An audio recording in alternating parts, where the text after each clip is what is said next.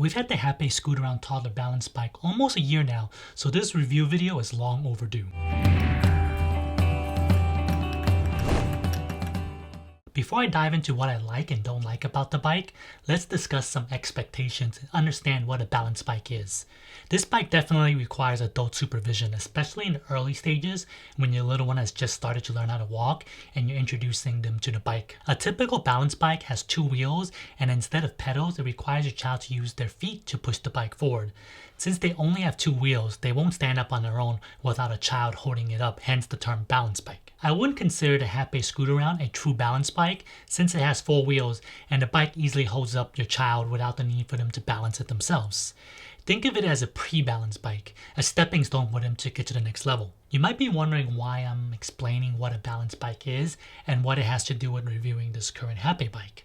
Well, it's because I've seen some reviews on Amazon talking about how the bike is not safe. I found those reviews to be a bit misleading, as I don't think those parents fully understood what they were buying. While it might not be a full balance bike, it still requires your child to learn how to balance on it, steer it, and properly use their feet to push themselves. There is a learning curve to use this properly, just like there is for a regular bicycle. I think most, if not all of us, would agree that you wouldn't expect your child to immediately know how to ride a bicycle.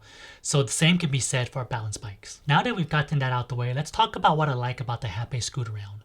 While there are quite a few parts, assembling the bike is pretty straightforward. Once assembled, I haven't had any issues with parts becoming loose or falling apart. Versus some of the other pre-balance bikes out in the market, this is probably one of the most stable ones out there due to how the four wheels are positioned. Two wheels in the front and two that are wider in the back offer pretty good stability. In most situations, I can't imagine any child tipping over.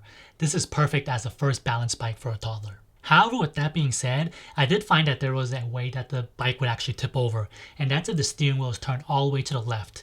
This makes it so that the two front wheels are lined up under the bike, which makes it less stable.